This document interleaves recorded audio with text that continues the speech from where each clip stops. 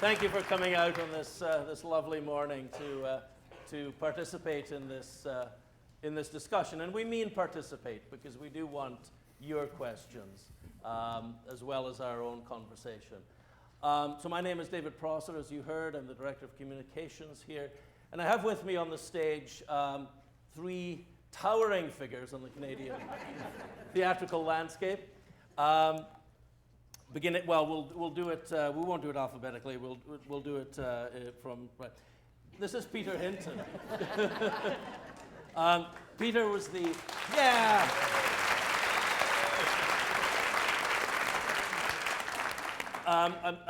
Peter was the artistic director of the English theatre at the National Arts Centre from 2005 to 2012. And during that time, he presented the first all-Canadian season in that company's history. He also collaborated with the Royal Shakespeare Company on the world premiere production of Margaret Atwood's Penelopiad. And that's the first time that the RSC had that kind of partnership with a Canadian theatre. Of course, he's also spent 7 seasons at the Stratford Festival, directing a lot of fabulous productions. Into the Woods, for instance, I'm sure many of you remember. Yes. And also, of course, he's a playwright. His production of Fanny Kemble was in here, Shakespeare's Universe, and of course, the 3 parts of that epic trilogy. You're getting a lot of mileage out of this. Wow. I really wish I'd sat there. Yeah, they get shorter as we go. The introductions get shorter. And I had the pleasure of seeing his production of Lady Windermere's Fan at the Shaw Festival this season. Okay, you have to clap as much and as often for our... Really, the pressure's on. Jackie Maxwell is the artistic director. Yeah. Hey!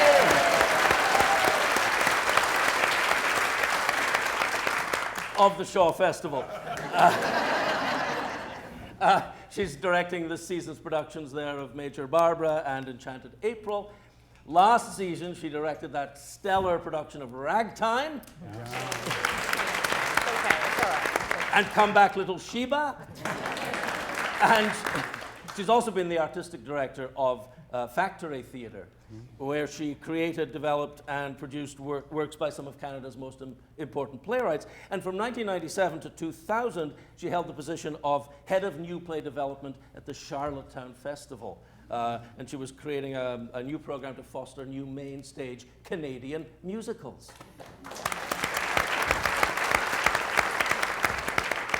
And at the end of the row, we have Antoni Cimolino.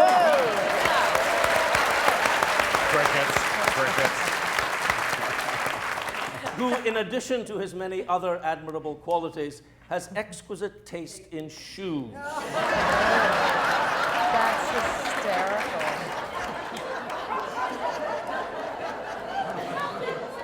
It's a small town. There are a limited number of shops.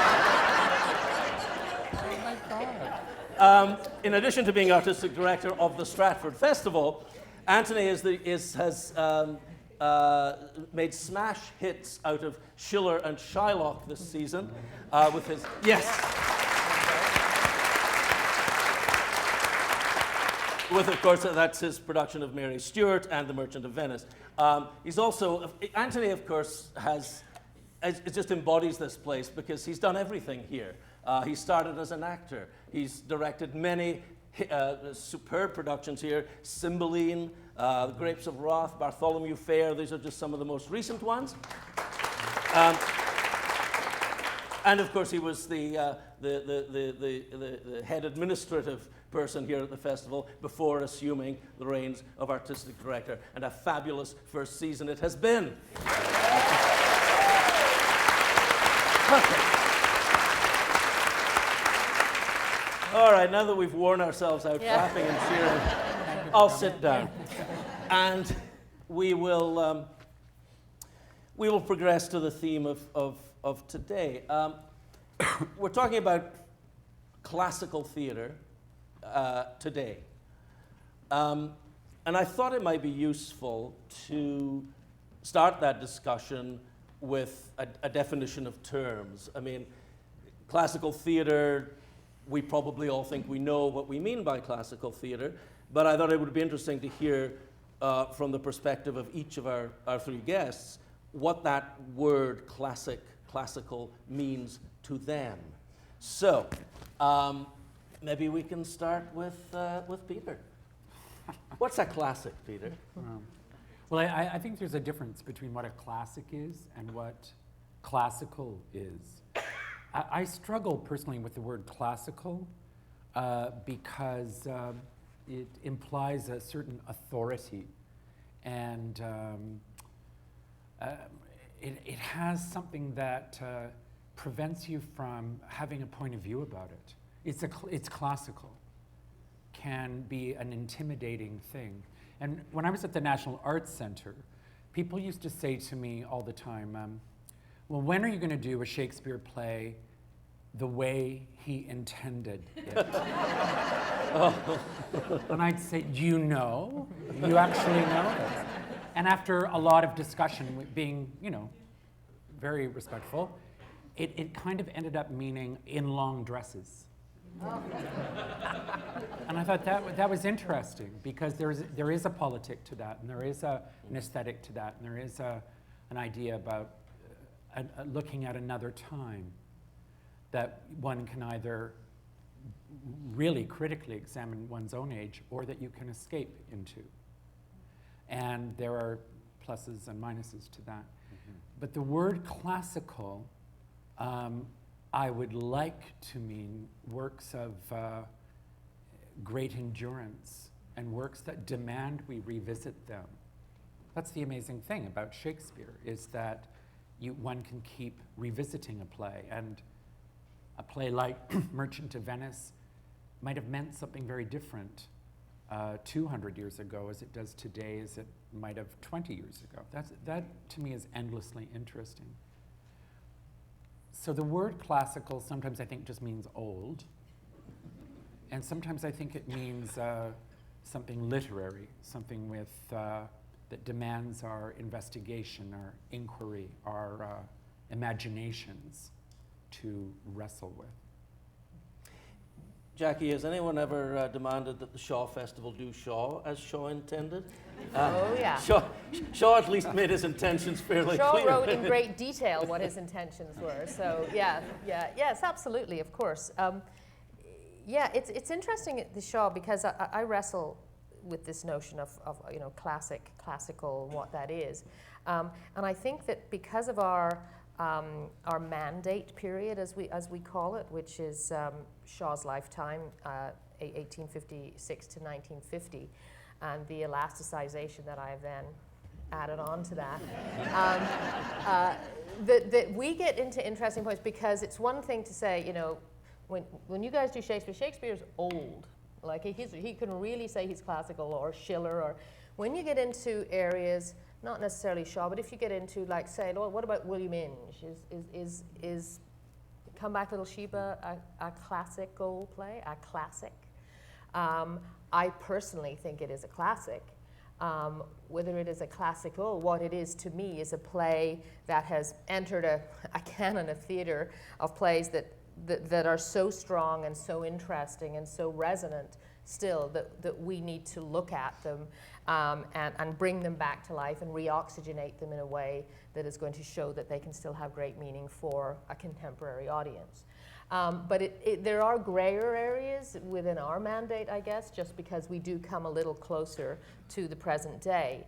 But I tend to agree. The big thing, and I imagine what we're really going to probably be biting into a bit as we go on today, is what we have to get away are the notion of that classical is simply old, or that classical is removed or remote or anything in that way, that because our job in fact is to take those pieces and render them current. So classic to me is a good word, because it means it is a classic piece. Classical, I think, is a dodgy word, and we tend to just talk about, we say things like great plays that shaped the modern world. We say almost anything we can to avoid the word classical, just because of because of all of those, those sort of the reverberations around it.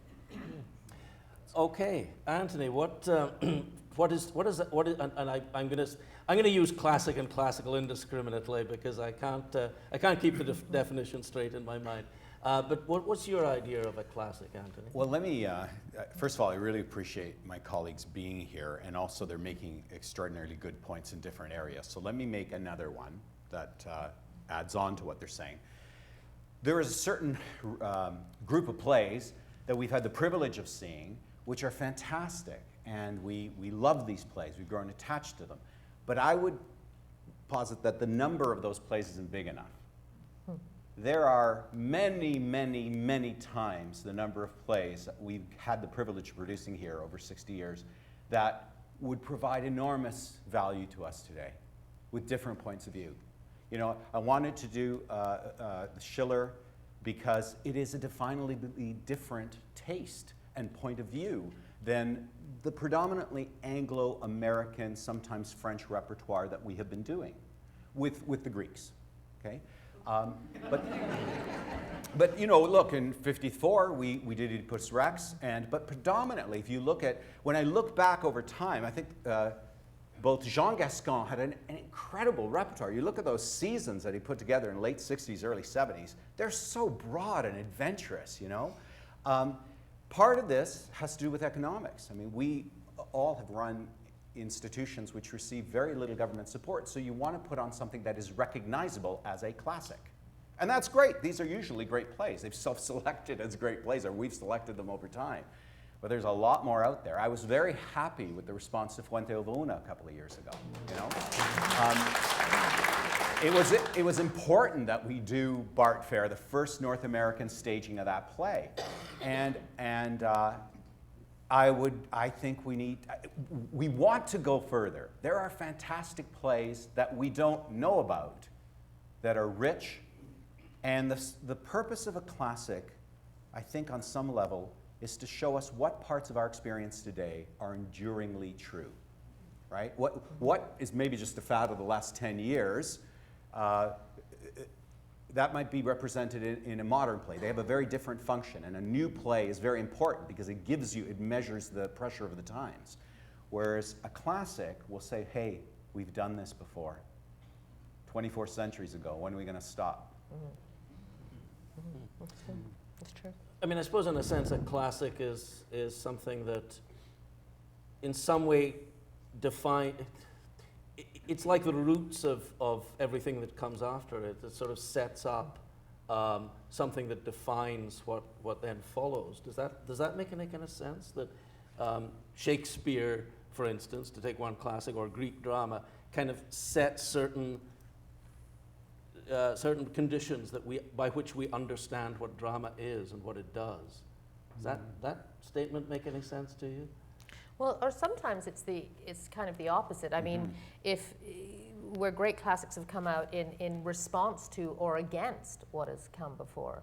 I mean, I find it fascinating when, if you look at the plays of Shaw, and the plays that came before. I mean, his plays were written, you know, also along with Ibsen and so on, but at a time when he was really reacting to a kind of drama that he really wanted to get, that he felt was unreal, that the kind of the melodrama, the writers of the sort of late 1800s, certainly in England, and he was actually writing almost against what he was seeing on the stage, and he wanted to write about issues, and he wanted to you know, and got a reputation as being, you know, someone who was an issue-laden writer, although, you know, again, enough people went that you start to realize, of course, that they were about a lot more than that.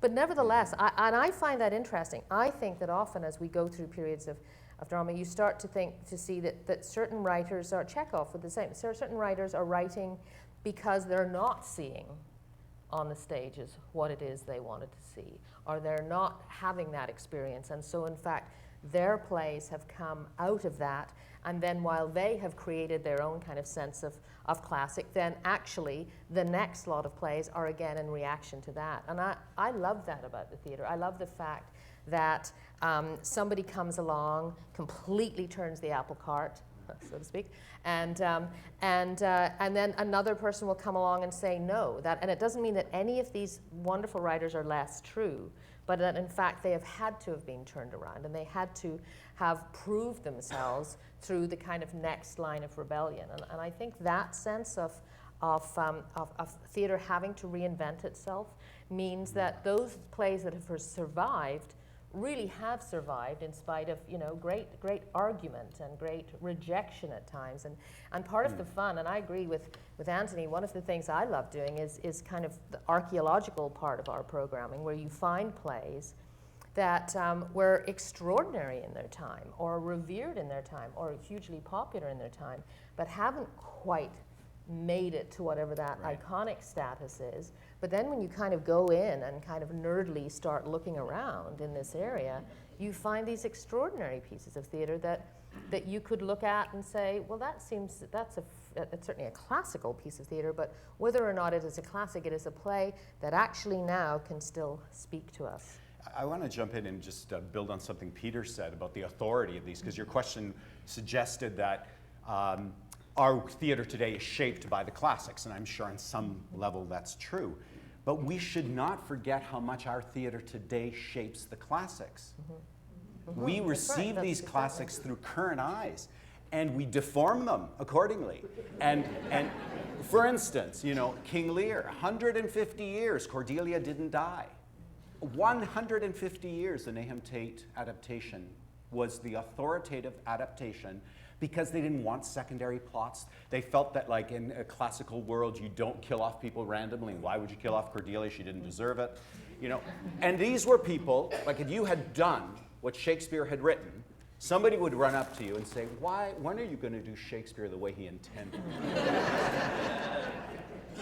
So we have to really be suspicious of our own mindset, right? Yeah, like we assume now that Prospero and King Lear are ancient people, and that has so much to do with our own projection onto those plays. That, I love that with The Tempest, that if, you can read incredible observations about The Tempest from Coleridge and stuff, but during that time, the revisions of the plays, the Dryden and Tate revisions, were the only ones being produced. And so for Coleridge, the first line of The Tempest is not bosun, tend to the topsail, all of that. It's, Prospero says to Miranda, "Where is your sister Dorinda?" That is the first line. And what they had devised because of the time, that Miranda had, who was pure and innocent, had a naughty, bawdy sister named Dorinda, who did all the dirty parts and messed around with Caliban and all of that. Oh, I like that. Yeah. And Are you going to program it? Ferdinand. I'm going to play Dorinda.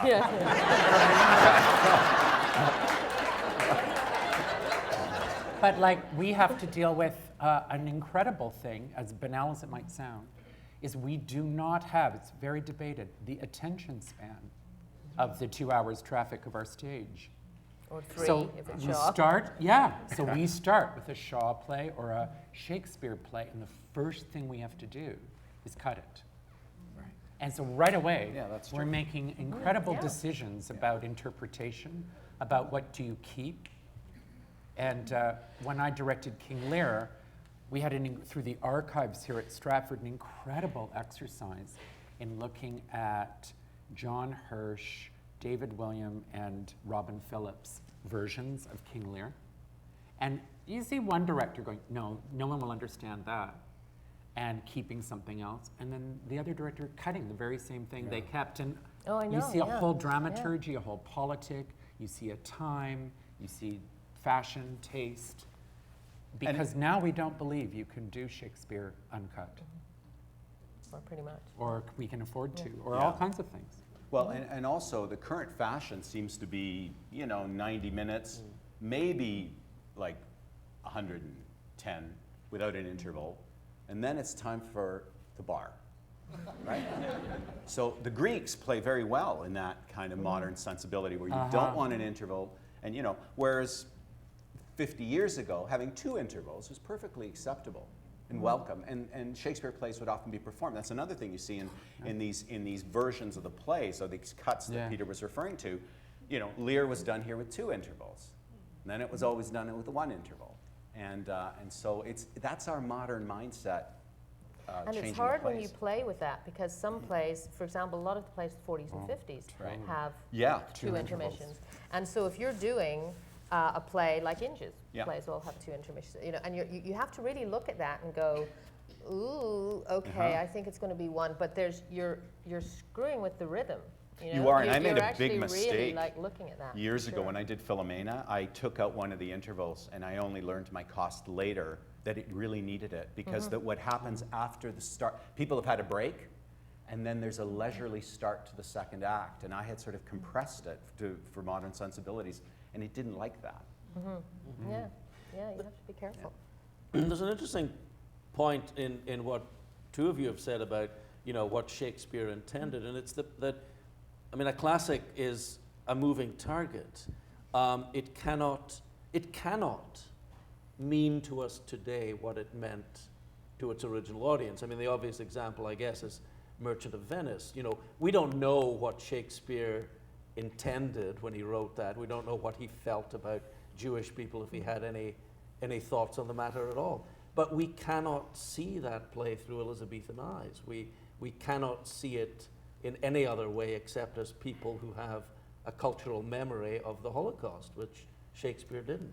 So I guess that getting to what, Jackie, you spoke about wanting to bite into, there is a challenge here in trying to approach a classic in the modern age. How do we try to recapture some sense of what we think the playwright intended, or what do we do?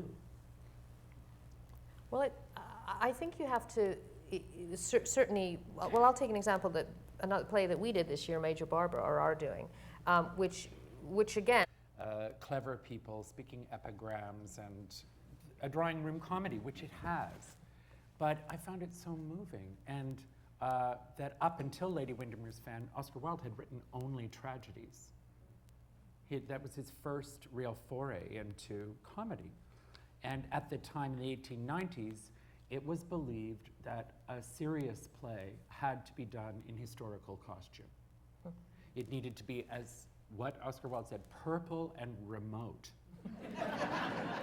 That you needed to see the idea and not be distracted by, oh, I like that dress, or I wouldn't have that vase in my house. Where comedy is about the contemporary and the transparent. And so what Oscar Wilde gave us was a way to see a serious subject handled with all of the elan of comedy. That he gave us an enormous, as significant as Ibsen and Shaw, contribution to the way of understanding theater. And I thought that was incredible. And on the opening night of Lady Windermere's Fan, someone said, you know, the wit is rapier sharp. And Frank Harris corrected them and said, yes, but the blood is real. And I love that. And I wanted to go, how could we do that now? How could we do something that you hear fresh, that isn't just, oh, this is how you do Oscar Wilde. And that's the challenge in anything. It wasn't that long ago. It was, you know, heresy to do Shakespeare without a British accent. I mean, really, it wasn't that long ago.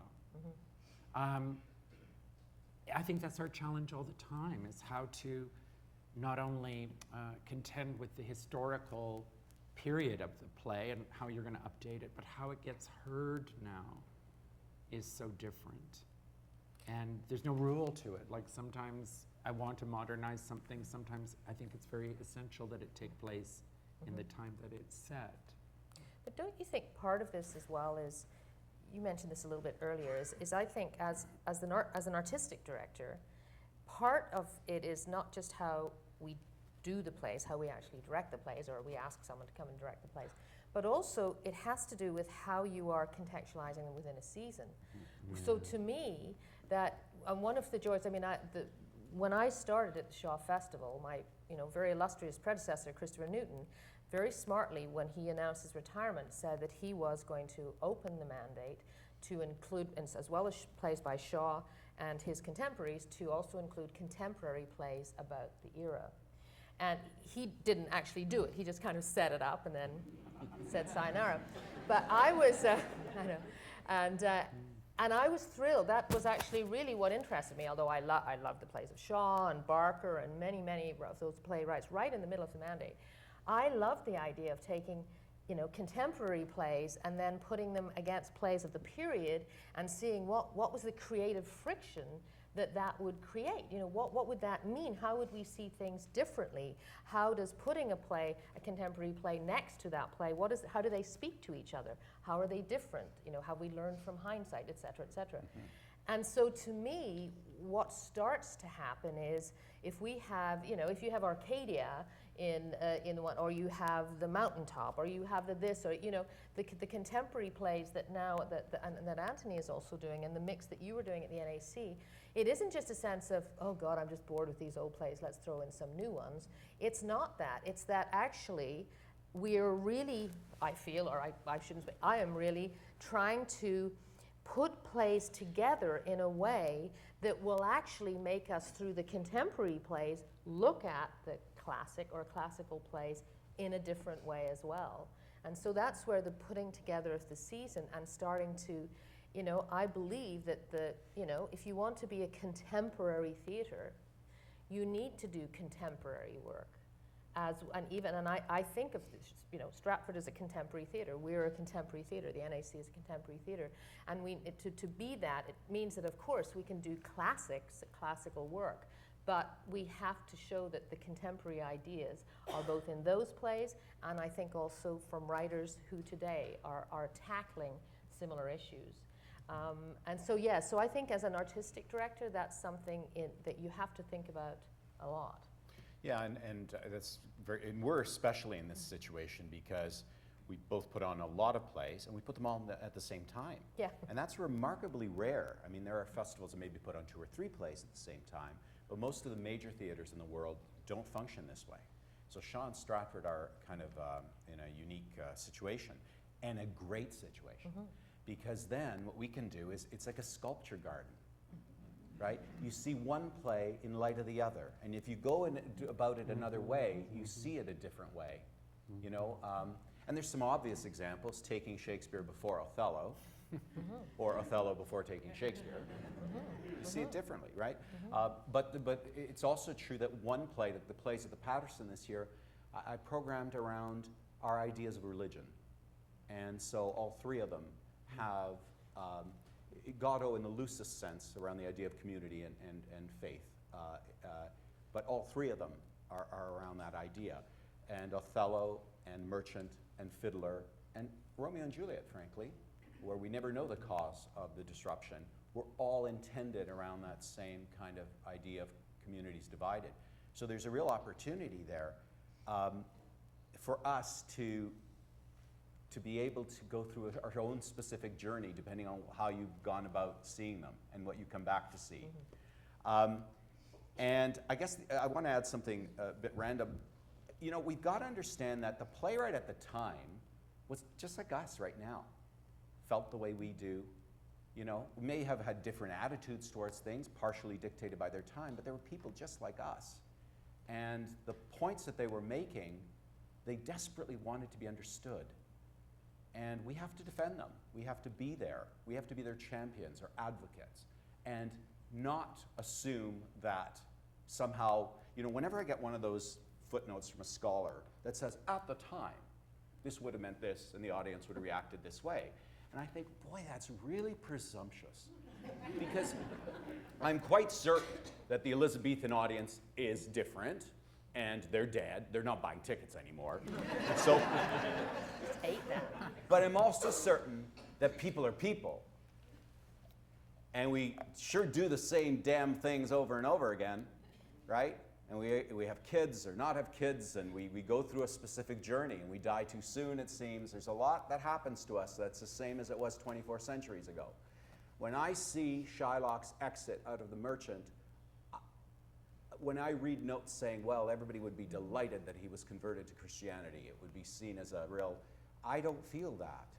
I don't see that. I feel Malvolio is exit, his exit where he's been subjugated and treated terribly, and we aren't. There's a minor key exit there. It's not a happy thing. That's what I read in the text. That's what makes sense to me as a person. And that's what I think we all experience. So I think I really don't like it when somebody tries to disconnect us from the past and say, oh, it was different. Maybe it was the same.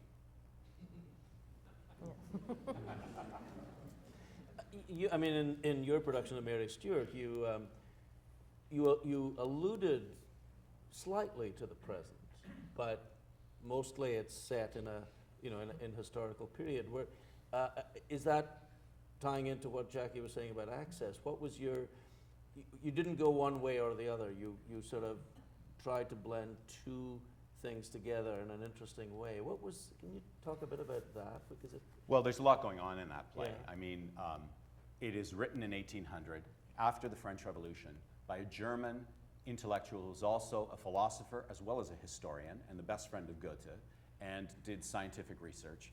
And he had a specific philosophical and political agenda in the play that is written about 1587 and the religious wars of the 16th century.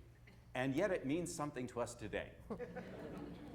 So I felt that treading lightly and finding a way through that. So the barbed wire that's on the stage, the modern security guards that are there, I felt that there were, the modern police state received a major contribution from the Elizabethan world, right? I mean, Stalin's people, he asked them to go back and study the Elizabethan police state. It was very effective.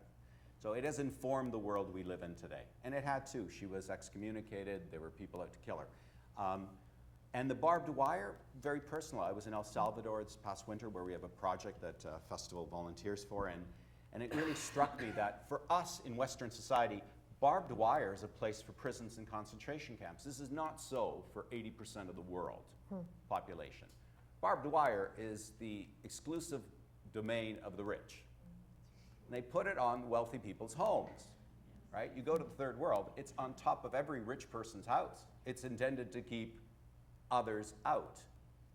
It also traps them in. And I felt both Elizabeth and Mary were trapped in that sense. And so, but I felt they were such icons that to put them in modern dresses just would take away so much more than it would ever give us. And I felt we could make that leap. So you have to, and the furniture is from different periods, and one of the inspirations was, two of them were mazes, labyrinths, because they have to find their way through. And what happens in a maze, what happens when the Minotaur is there, there's a sexual aspect to that as well. And then the other was prisons, because of the reasons I gave. Yeah. But I mean, and I think though, the whole notion of updating is, I mean, I think we're becoming a little bit more sophisticated now that in order to, whatever words you want to use, access or get into a play, present a play, that the only way to make it relevant to, today is to update it. I mean, I think we've kind of gone beyond that. It doesn't mean that we can't or we can, but there's so many other ways of opening up. I mean, what you've done with Lady Windermere, in fact, they're wearing long dresses. Yeah. So, I mean, it's actually in period per se. One of the things that with Major Barbara, which is also, in fact, in period, though, what I did do, and I realize it's kind of subliminal, and people only notice it when I mention it, is that actually the actresses, none of the actresses in it, Barbara, her mother, and her sister, wear wigs, and there's no corsets. And I just said, I just want to have a little freedom. I want Barbara to have a sense of her own sexuality and so on, and that's sometimes in the corsets and the wigs, and it's so Nicole Underhay, it's just her own hair, and the same with Laurie and so on. And actually, it's not making a big statement. It's not actually really all it's doing is subliminally rendering these women more female to our eyes. It's huge, though. It's huge because we are, as artists, we can sometimes fall into the same kind of container where you go. There's so much reverence that reverence is different from respect, right? Yeah. And that the way we move becomes stilted and unnatural, and you as an audience can feel that. So having that sense of freedom is a huge decision, not a small one. And yet not necessarily drawing a lot of Obvious, attention yeah. to itself in that sense, but, you know.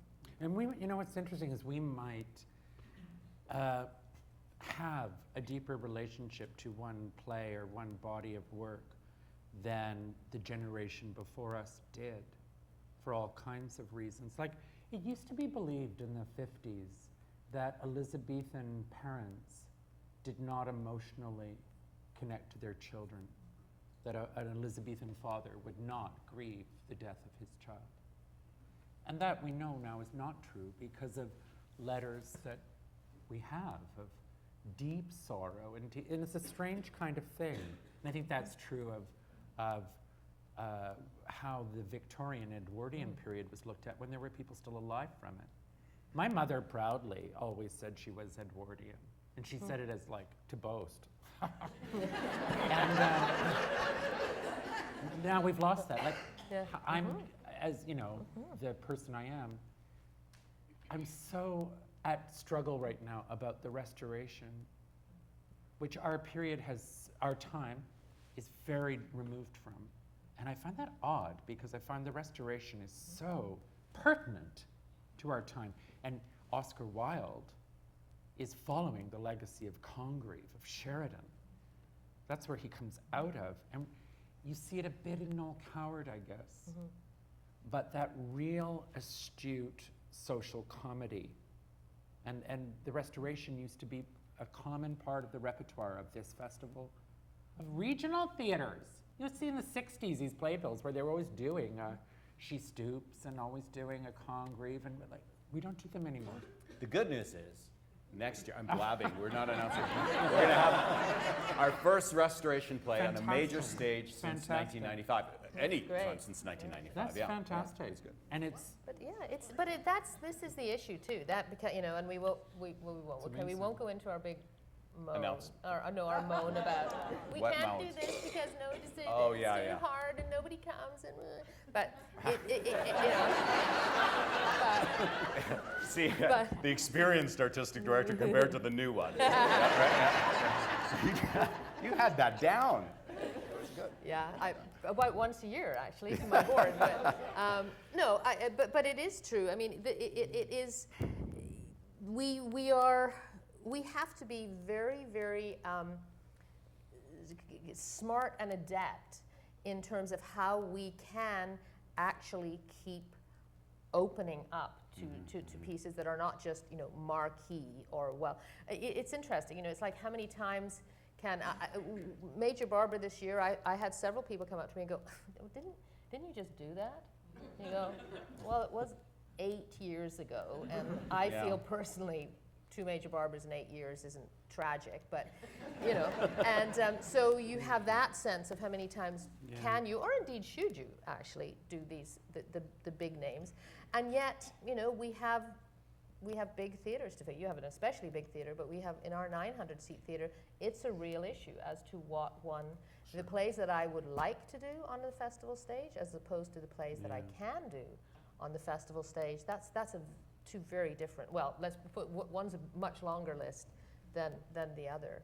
And so the notion then, if we have other spaces and one becomes adept at putting a show in a different space, in a smaller space, and so on and so forth. It's not that you can't stretch your program. But isn't it great when we're surprised? Because you were giving the example of Lady Windermere's. Maybe you want to, do you want to? Yes, I mean, it's wonderful for us that we, everybody talks about the musicals that the festival does and that we do, and that's, for example, we've been accused that you do a major musical on the festival, so when you're a big stage, and it's your cash cow.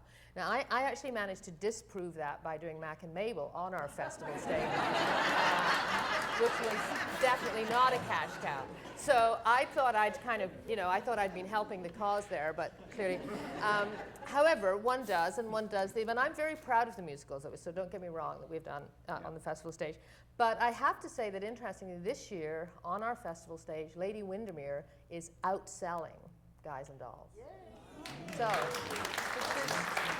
I think very interesting, and I take great heart in that actually. Yeah, because those moments are when you go, oh, we have people who are really, really interested in work they might not be able to normally see. And that's I think, why all of you are in this room, right? And we got to believe there's more of us, right? And I think there are. So those moments when you're happily surprised by the uptake on something, when the Schiller, for instance, has done so well this year, and go figure, you know.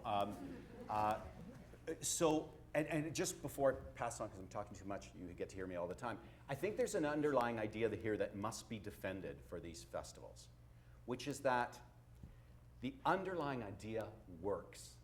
We need to have confidence in it. We're like a giant, this is not going to sound very exciting, but a book club, a giant. Is everybody asleep now? We are a citizenship of people who care about this stuff, and we're joined together by our care, and we invite more people in. And when we see a young person who comes and goes, I really kind of like Shakespeare, you go, oh, you know, do you know what I'm saying? The idea that instead we have to be kind of, you know, on the, coming up with that one big commercial hit that's going to transform the theater and make it viable and go, that Broadway model is not what we're about.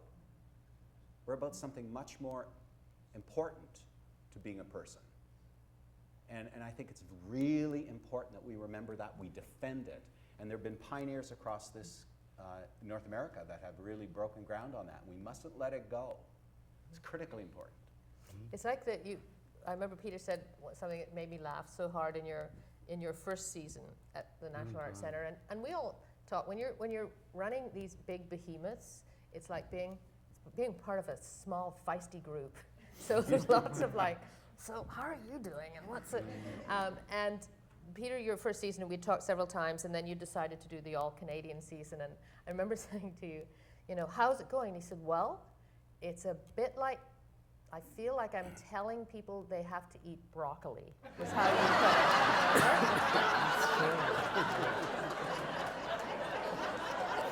it. But then I remember saying to you, and I said, yeah, but wait till they see your all-Greek season that you plan next year. Like, wow, really? Broccoli's looking good. Broccoli's looking good. Do you know what's funny, though, about that? I mean, it's very different, the National Arts Centre, than Shaw or Stratford, because it's a stock season. It does a lot of presenting as well. After 7 years there, the only playwright that I know I could program, that all the artists wanted to do and audiences wanted to see, was Shakespeare. We'd program a Shakespeare, and I know everybody would want to be in it, want to direct it, and want to do it, and the audience would buy tickets. Great. Because it's this weird division there that the work that all the artists want to do, nobody wants to see. And all the work that the audience wants to come to, oh, okay, I'll do it because I have to, kind of. And so I hated that division. I didn't, and Shakespeare challenged that. And I think because why? Ottawa's far enough away from Shaw. And you know the NAC, one of its founding missions in 1969 was to be a winter home for the Shaw and Stratford Festival. It was in the mandate of the NAC. That's right. Yeah. And that was a different time. It was the 60s, and it was so optimistic, where the NAC was given as a gift to us. It's a present. That's the word. It's a gift to the people of Canada. And I wonder now if the NAC if we were to read in the paper that it folded, and that the government was no longer supporting it, would anyone care?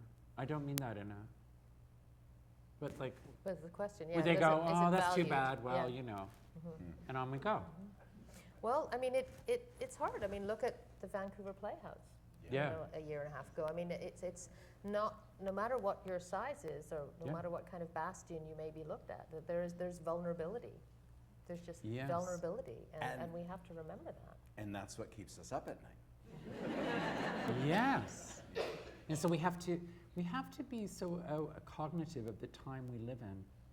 I think both Jackie and Antoni, you both are sort of haunted by the halcyon days, the myth making of when Robin Phillips was here, when Christopher did this, like, and you go, my God, Yeah. like, What is it now? Why was Troilus and Cressida so of interest in the 1970s, where there are a lot of productions of it here, across? Can you ever think of doing King John on the festival stage again? Or should we? Who cares? Like, those are interesting questions to me, because I don't think there's a should, that classical things imply that there's a should, you should be doing this, or like Jackie jests often about, is it her job to do the entire canon of George Bernard Shaw?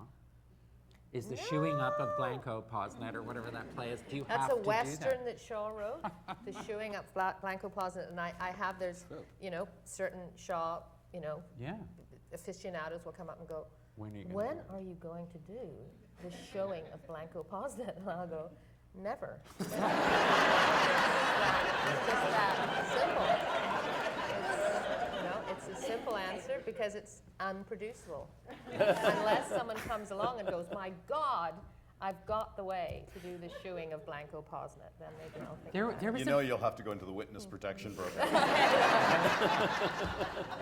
I came across this really interesting document when I was preparing on Lady Windermere, which were the top-selling 100 plays of the 1890s in London by Where box did you office. find that? It's in the theater of the 1890s, at the Shaw Festival Library, actually. And it's very interesting because you think about that time now, and we talk about correctly. London, 1890s, we're talking Shaw, Wilde, and Ibsen in translation. That's what you think of. Well, the top-selling play of the 1890s in London was Charlie's Aunt. Right? Yeah. Where do the But knots come from? when I told the cast that, only the actors over the age of 50 knew the play. Yeah. 1969. Okay. Shaw, super. Yeah. So Wow, okay. the young generation's never heard of it. And then the next play is The Glass of Fashion by Sidney Grundy. Yeah. And so I find that fascinating. So I read The Glass of Fashion by Sidney Grundy. I thought, oh, this could be interesting. It's not. And why this play? The importance of being earnest is not even on the list. Yeah. Now that has a lot to do with the fact that Oscar Wilde went to prison and had the reputation. In his time, you couldn't put him on the list. Yeah. Lady Windermere's Fan is number 33 of the top 100. Yeah. Isn't that interesting? And I would never have guessed that, because it's not his most produced play now. We don't have that popularity. And Ideal Husband was a close second of the four. And A Woman of No Importance up there too, which is rarely done. Yeah. And you go, and Shaw doesn't appear really until the 50s and 60s on that list. Yeah. Yeah. So it's an interesting just little reflection of what made sense in a time. But then don't you think it's interesting? I've just come back. I was in Ireland, and then I spent a little time in London. And I just did I bought The Guardian, whatever, and I was just flipping through to see. I knew what was on in the National and so on, but I just was looking what was on in the West End. And really, there's a lot of stuff in the West End that I wouldn't cross the street to see. You know what I mean? I mean, there's some interesting stuff, but a lot of, and I think that is the difference too, of like what is the notion of those big sort of fast commercial pieces, and then we get right back to the beginning of like what are the ones that have kind of stood the test of time, if you like, and the ones that haven't, the Sidney Grundys and the Because we have a big role in what is classical by what we program and choose to do. And what we you choose to do value. by what you respond to, and that's such an interesting. Like I'm sure people are saying, Antoni, like, why didn't you do Mary Stuart on the festival stage? It's selling so, or you didn't know that. I always love that and one, maybe yeah. Mary Stuart wouldn't have been as, or No. you get the one about Arcadia too. Like, we don't know. Well, it's a We mystery. don't know. Yeah. We try. But when people say, when are you going to just program something that is popular? Well, as if you've got these plays all in a drawer, you go, I don't want to do that because it's too... Yeah, the hit drawer. It's very curious to me. I had no idea when I was visiting here in March that Mary Stuart would capture your imagination. So isn't that interesting? Yeah. I can understand why Antoni would want to do it, but it does, and that's Right, yeah. fantastic. Is there something we're not doing? I mean, is there something we're not doing right? No. You know, here's She's good. She's good. as these institutions have demonstrated that you can stun audiences with classic plays. They can sell out, and somehow and yet in the commercial theatre, we're not seeing people undertake productions of this kind of repertoire. Are we just doomed to have this disconnect between sort of institutional theatre, which can do really exciting and within its audience really popular productions, and the commercial theatre? Are they just two worlds that are never going to meet? Okay, well, let me sidestep the question. For the 100 years ending around the period that Peter was talking about, theater was at its zenith in the sense that, there was no radio, film, television.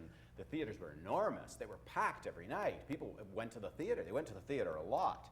And they saw a whole bunch of plays, and nothing was any good. From Sheridan to Shaw, you pretty much had a dearth. Right? Gerald was a major playwright in the 19th century. We're not doing much of Gerald anymore. So I want to just posit this. We're put in a position at the Stratford Festival, 4% of our budget comes from government, so we can count on that. Then there's the other 96%, right? You help us in a number of different ways. The donations, like being able to say, I think we're going to be able to have at least a certain amount going up to 20 and 30% come in from the goodwill of the people who believe in this place. That's critically important. Because as soon as you do a play, it gets to motive and it changes everything. As soon as you do a play to make money, and I want you to put your producer's hats on, okay? You're the producer. It's going to be your own money involved, by the way, right? You're going to do a play to make money. That's a little bit different than doing a play because you want to say something as true as you can about being human, as beautiful as you can about being human. So everything gets changed. And we're in the difficult position of finding a way through to balance the two. It's not entirely like we want people to come. It's not like, we want audiences. It's not like we're sitting here going, gee, they showed up. So we want our work to be appreciated, but we don't want to do it for that reason. We mustn't do it for that reason, or it'll be different and probably not good. Yeah, and I think that then, I totally agree with that, but then maybe what it is where, and in cases there's less of a disconnect. I mean, if you look at if you have a structure, in England there is a structure, there's set up, for example, why in the National has been able to program plays in the way that we've talked about, but they've been able to capitalize on a success of a war horse, for example, that they can take it, it will go in the West End, and it plays in the West End, and in fact the money that is making is going back into the, it happened in New York in the old days with Joe Papp and a chorus line. Those kind of models. So I think that any model like that, where when something you realize that something catches the imagination, and then you go, so then you can go, oh well, maybe we could make some money for this. But or you can't maybe do it more for that people. reason. You can't originally do it for that reason. Because it won't work. No. So you have to, and no, absolutely. But if we could more, if there was more of a structure where we could take advantage of the successes, I think that would be terrific, and we could actually play the game a little bit. But you're right, you can't do it at the beginning because it is. The thing is, it is a mystery. It's kind of alchemical. You don't. Again, I've had the same thing. People saying, I'm looking up because Elaine Calder's here, and we laugh, and people are going, why didn't you do Arcadia on the festival stage? And I'm going, are you kidding me? I wouldn't have got that past anyone. It's because, it's not, and maybe, as Peter says too, that's not the point. that's not why people are enjoying it. It should be in the space that it's in, and it should be working in that way. And if it does work that way, and again, we talked about, do we extend it, do we this or that, but it has sold out, it has, there's something to be said for leaving people wanting, and then you go, okay, and if it really people want it that much, then maybe we'll bring it back. You have all the wonderful conversations. God knows these are conversations that you love to have. But in the end, the decision is made to do the piece. You have to go back. I keep going, what is the first principle? What is the first principle? Do the piece in the space that suits it best for the amount of time, and so you position the piece to succeed in every way that you can. Whether it does succeed or not, that's eventually when you hand it over to the gods and the marketing people. But other than that, if you don't keep to those first principles, you're screwed. Unpleasantly.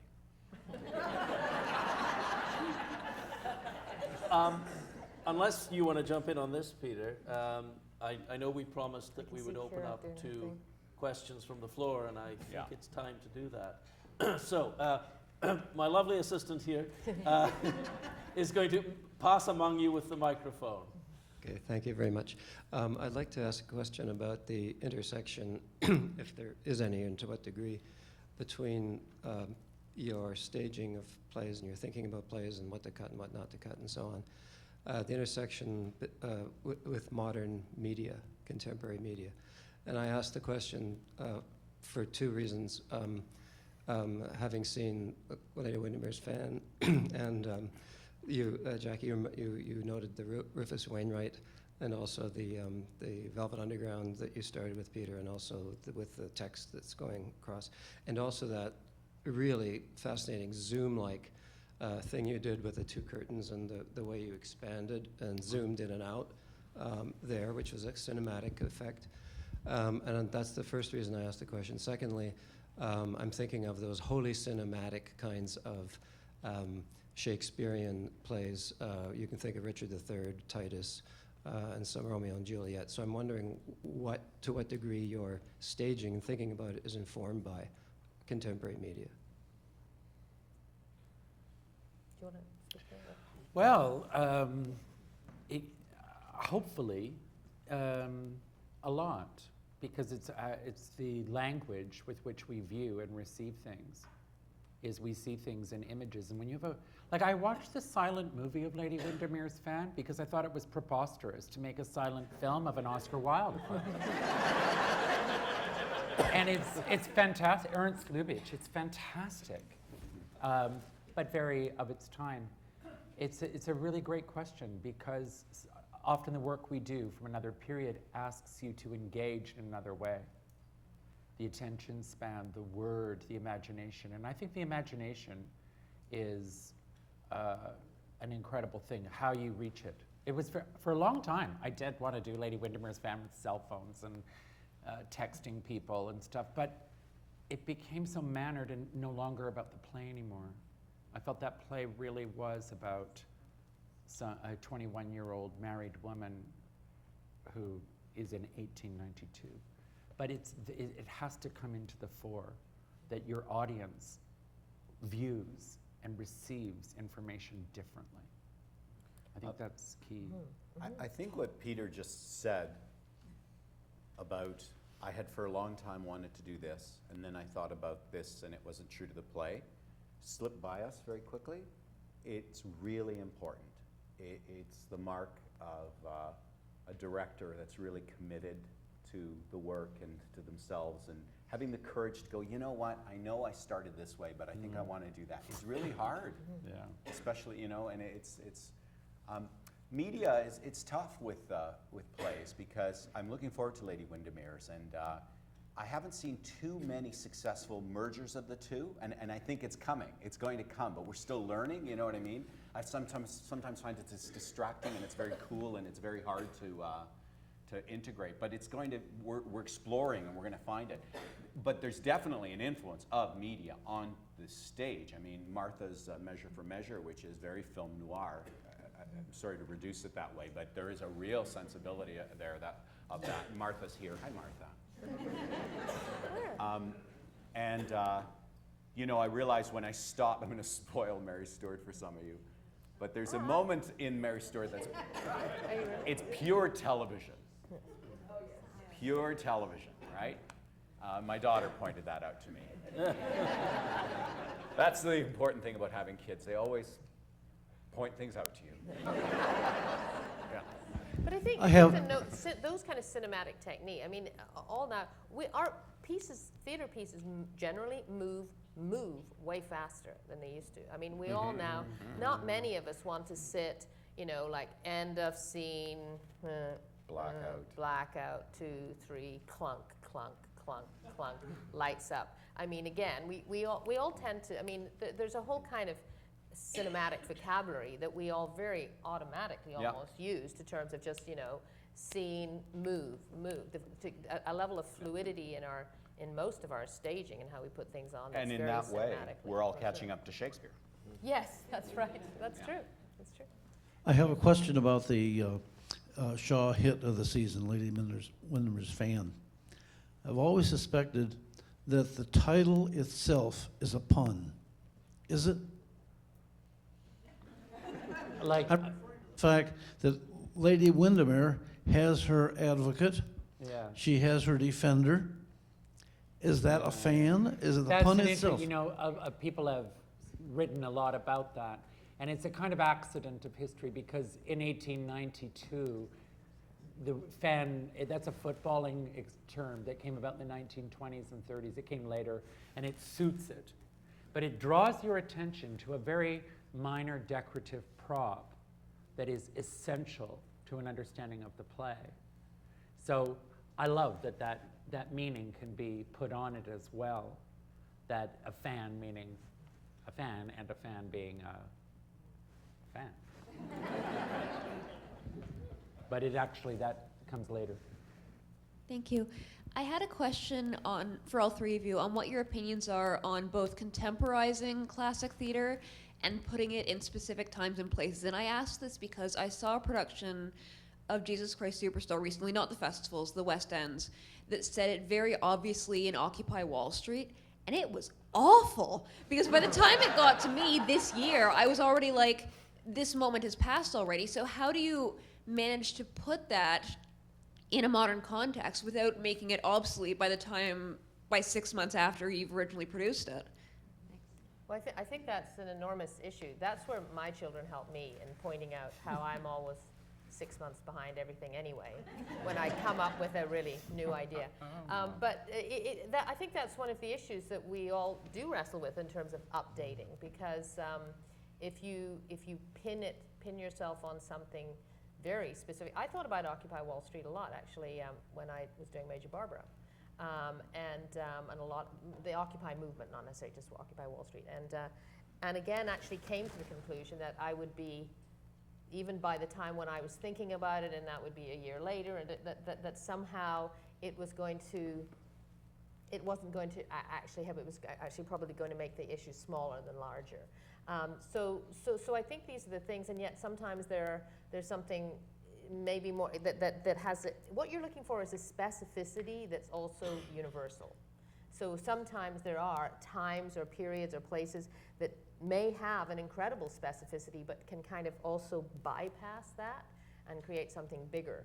And that's, I think, what you're always measuring, I think, when you're trying to pick another time or place to put a play in. And then sometimes, I did The Grapes of Wrath in 2011, and in the spring of the year, and we began the rehearsal process by getting to meet some migrant workers, by watching documentaries, by talking to their union representatives. It was really a kind of galvanizing process, and Bob King's here, who was one of the people on the journey. And in the spring, there were all these reports out in the newspaper as we were rehearsing about income disparity and the number of Canadian children in poverty. And in the summer, for the first time since the Depression, there were storms, dust storms. And in the fall, the Occupy Wall Street movement happened. And in our play, we had a camp, right? And my regret is I felt we didn't connect with any of that. I felt I'm very proud of the production. It's just that here we were telling exactly the right story at exactly the right time, The times that I felt were really connected, we did a performance for a food bank. We had people coming from them. Those times, and that resonated. And I think there's a responsibility for us as theaters to get beyond the walls of the theater. And that's one of the ideas behind the forum. Get out, because sometimes we will do exactly what's in the moment because we're doing classics and they will be in the moment, right? So you tell these great stories and occasionally it lands at just the right time, and we didn't do enough with that. Like, I'll never forget being here and seeing the Henry V, was it? After 9/11. Oh, yeah. And it was, you can't replicate that. The meaning of the play was so alive by that event, because everyone was in a shared place. So as an artist, I think, how do we get everyone in that awake place so that you can, and there was nothing about this production couldn't have foretold 9/11. It had nothing, it was Shakespeare did. And it was its difference that allowed us to contend with what we were all dealing with at that moment. That's true today. That's true right now in anything we go to see. So what do we do to magnify that? And sometimes it's a doublet, sometimes it's a corset, and sometimes it's a cell phone. Something it's hard And then to maybe say. the point of it is too, is it's what's happening after. I mean, be it these forums, or, you know, to me the test of success is, you know, if someone comes out of a play and turns and goes, where do you want to eat?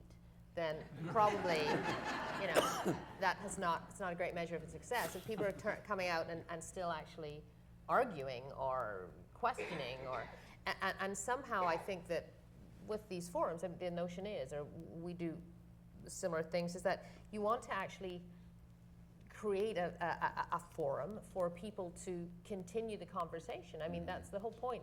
Surely if the play is really, or the production is really working and doing what it ought to do, it should be living with people, with all of you, longer than just the 2.5 or 3 hour traffic off the stage. And I think that's what we're trying to also make a lot, because these pieces resonate, and they should, and people should be arguing about them and rethinking, and, you know, and to me that's where the conversation, I mean, when we did, you know, Ragtime, you know, for us to watch people coming out of that a musical, and then trying to sort of connect all of those ideas and all of what was coming from that. And again, I think that took us a little bit, we were behind the 8 ball in that, you know, that sometimes we don't realize the strength and power sometimes of what it is that we're doing, and that we have to be there to capitalize it. I don't mean in an exploitative way, but to capitalize on the experience. And I think sometimes, yeah, we have to be really listening and watching our audience, in terms of, it's not just woohoo, there's lots of bums and seats, isn't that great? But it's like, wow, look how people are reacting to this experience. And that's what we have to then be able to develop, I think, if we can. I have to make a comment about the shoes. Now, Peter's win. No. well, yes, do they? But they're the same as yours. Who yours bought are them pretty first, cool, too. David? Doesn't matter. But anyway, I have to comment for the fact that you didn't point out that Peter has got classic shoes. They've obviously been kicked and beaten. I have 3 dogs, you can see there. Yes, and they've been with him for years, obviously. Jackie has new blue suede shoes. Yes. And don't anybody step on her new Don't- suede got it. shoes. Wow, okay. Kira, that's- there was a gentleman up there. Oh, sorry. Yeah. There's lots of hands up there. Yeah. It's good exercise, Kira. Mine is really just a comment to echo what you just said, and I know that you know this, but it's the audience's job to make those connections. And I thought when you did Grapes of Wrath, that Stevie Wonder could see all of those connections. I mean, it was just amazingly powerful. And I think that's why the audience keeps coming back, because you do that kind of work, and then we have the opportunity to make those connections all the time. That's what we live for, really. Thank you.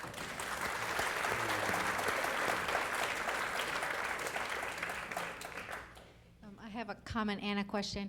I come all the way from Arlington, Virginia every year, and I've been coming since 1988. And my father, our father, has come since you've had a tent, so it's a family tradition for our extended family, because it is a destination, and it's Shaw as well as Stratford. But my question is, because sometimes I've seen like Pygmalion at Shaw, and of course My Fair Lady at Stratford. Do you guys ever collaborate so you don't do the same play, or that you complement? Like I've seen the Antoni and Cleopatra at Stratford, and then the Caesar and Cleopatra at Shaw. It may not be the same year, but it's pretty close in years. So I was wondering how you guys collaborate so you don't overlap, or you do overlap.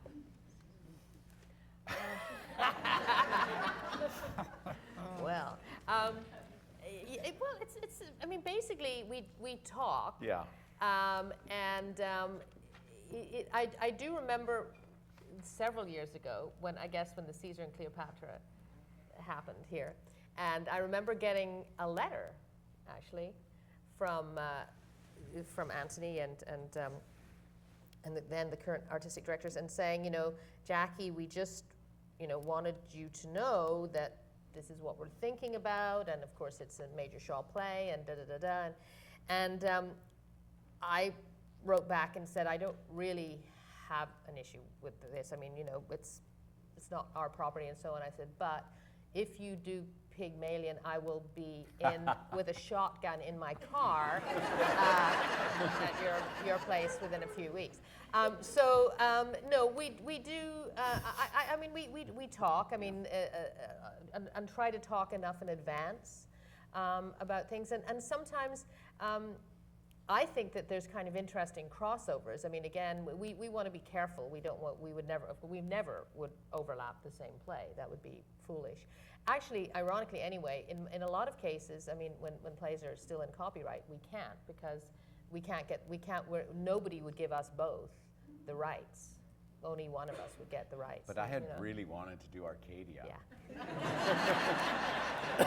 He did. She beat me to it. Yeah, and he was really miffed when I told him that we were doing Arcadia. I'm glad that, No, it's true. Really, I am. Yeah, and it is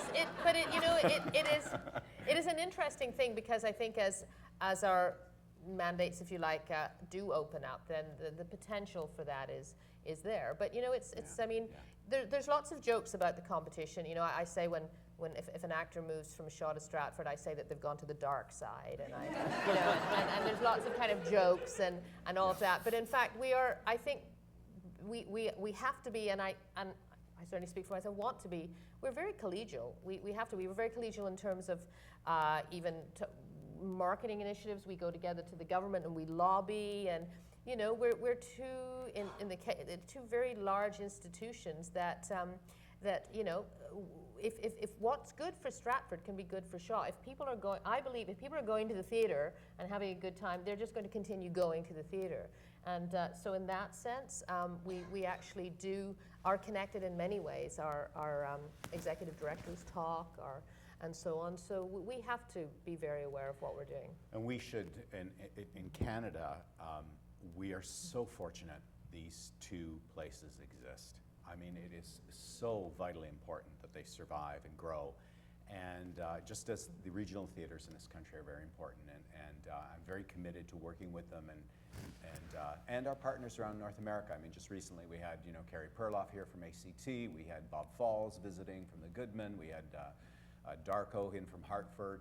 We are part of a network. Mm-hmm. We are part of a network, and designers, directors, actors need a place to work, and they get better for working. So we are all richer when we all succeed. And that's not just lip service. It's absolutely true, because people working for Jackie this year will be working for me in 2 years, and people working for me now will be working for her next year, and that's good. I think we have time for one more question. Thank you. I have a question about the role, if you think there is a role for the classical theater in contemporary theater, in suggesting, anointing, organizing a canon of texts and authors that you think are going to be the classics of the future. I noticed there's kind of a floating boundary of maybe 25 years. Like when you do Stoppard, you do Arcadia, which probably is exactly 25 years old. What about the last 20 years, though? When I see contemporary theater here at Stratford, I don't get as often to the Shaw.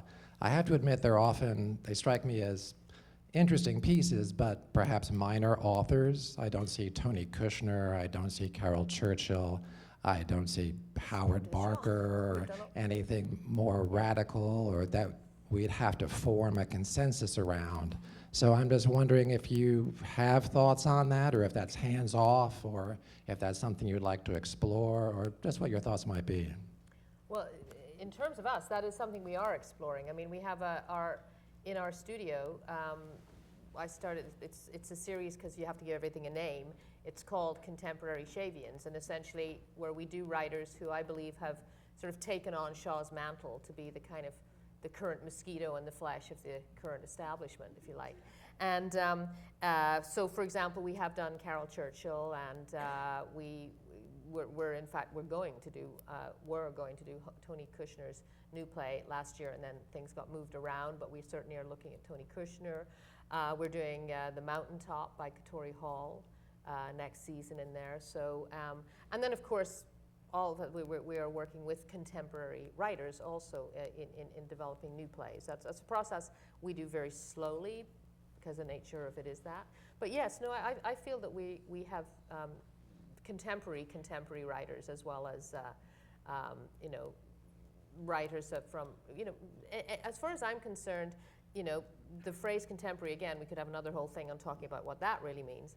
But yes, we certainly think it's important to do, current contemporary writers as well within our programming. And I would really challenge you of calling John Mighton a minor writer. He's a major writer, and we live in a culture that does not advocate him. If Tony Kushner was a Canadian, Angels in America would never be produced. And so the Stratford Festival and the Shaw Festival have done really important things with minor writers like myself and my colleagues in this country that is vitally important. So, and just to, the situation that I find myself in, we find ourselves in, and also that I'm interested in, is the following. We have 24 centuries, we have 12 plays. So I'm going from Aeschylus, and in the wish list, if you were talking about works in this century, apart from serving the new writers that we must serve them, because if we're not doing it, who's going to do it? And The Swan, for instance, I think was a really important event in terms of the last 50 years of Canadian theatre. It was a really important event. So Kushner should be done, and absolutely, and there are theaters totally doing that. There is, right now in Toronto, you can see Angels in America, or has it closed. You can see Alan Ayckbourn, and I know that he doesn't have quite the teeth, but he sure has an interesting point of view. So those plays are being done. Personally, I'm interested in exploring Elizabethan contemporaries. We haven't done mystery plays here. I'd love to do them.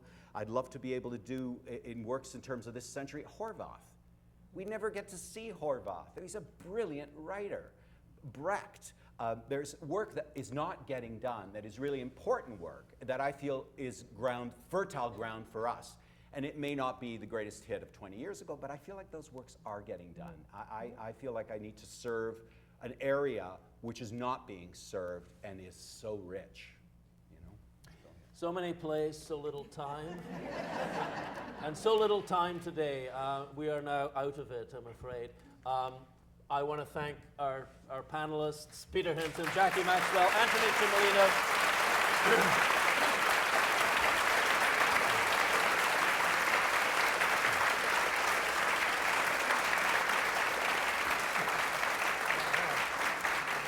And I want to thank you for coming out today.